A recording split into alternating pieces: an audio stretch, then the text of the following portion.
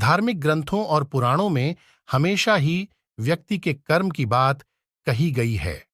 लेकिन क्या आप जानते हैं कि आखिर कर्म किसे कहते हैं और क्या है कर्म?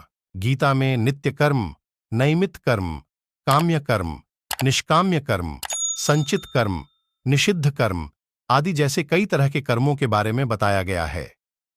लेकिन क्या कर्म का प्रभाव व्यक्ति पर पड़ता है? और सबसे अहम प्रश्न कि कर्म क्या है और कर्म किसे कहते हैं? दोस्तों, आज की इस वीडियो में हम गौतम बुद्ध की एक ऐसी कहानी लेकर आए हैं जिसमें बुद्ध द्वारा अपने शिष्य को कर्म के बारे में बताया गया है। दोस्तों, कहानी अगर पसंद आए तो वीडियो को लाइक और चैनल को सब्सक्राइब अवश्य करें। देर ना करते हुए कहानी शुरू करते हैं।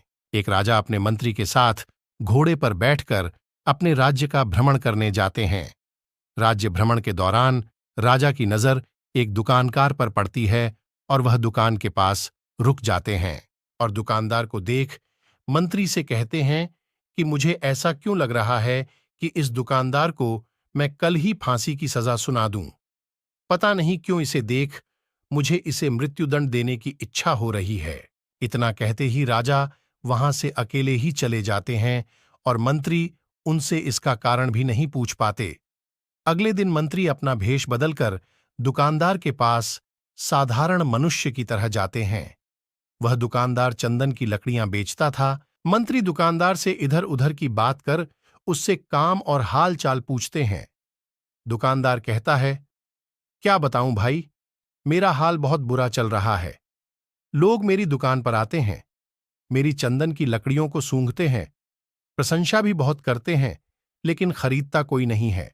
मैं बस इसी इंतजार में हूं कि कब हमारे राजा की मृत्यु हो जाए और उनके अंतिम संस्कार के लिए मेरे दुकान से ढेर सारी चंदन की लकड़ियां बिक जाएं। दुकानदार से इतना सुनते ही मंत्री को सारी बातें समझ में आने लगीं। वह समझ गए कि आखिर क्यों राजा के मन में इस दुकानदार के प्रति नकारात्मक विचार थे। मंत्री ने दुकानदार की बात सुन उससे थोड़ी चंदन की लकड़ियां खरीद लीं। लकड़ियों की बिक्री से दुकानदार भी खुश हो गया और तुरंत मंत्री को लकड़ियां दे दीं। राजा के पास पहुंचकर मंत्री ने उनसे कहा कि आप जिस दुकानदार को मृत्युदंड देने की सोच रहे थे, उसने आपके लिए भेंट स्वरूप चंदन की लकड़ियां भेजी हैं। यह सुनते ही राजा खुश हो गए और सोचने लगे कि बेवजह में उस बेचारे दुकानदार के बारे में बुरा सोच रहा था।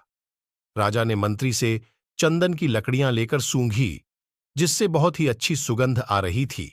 राजा दुकानदार की लकड़ियों से खुश होकर उसके लिए कुछ सोने के सिक्के भिजवाता है।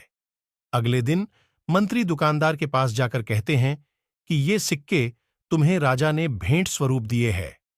दुकानदार सोने के सिक्के पाकर खुश हो जाता है और मन में सोचता है कि मैं कितना गलत था जो राजा की मृत्यु के बारे में सोचता था। वह तो कितने दयालु हैं। गौतम बुद्ध कहानी को समाप्त करते हुए शिष्य से कहते हैं, हमारे काम, भावनाएं और विचार ही हमारे कर्म हैं। दोस्तों, ये कहानी आपको कैसी लगी, ये मुझे कमेंट बॉक्स में कमेंट करके जरूर बताएं। साथ ही अपना प्यार और सपोर्ट देते रहें। धन्यवाद।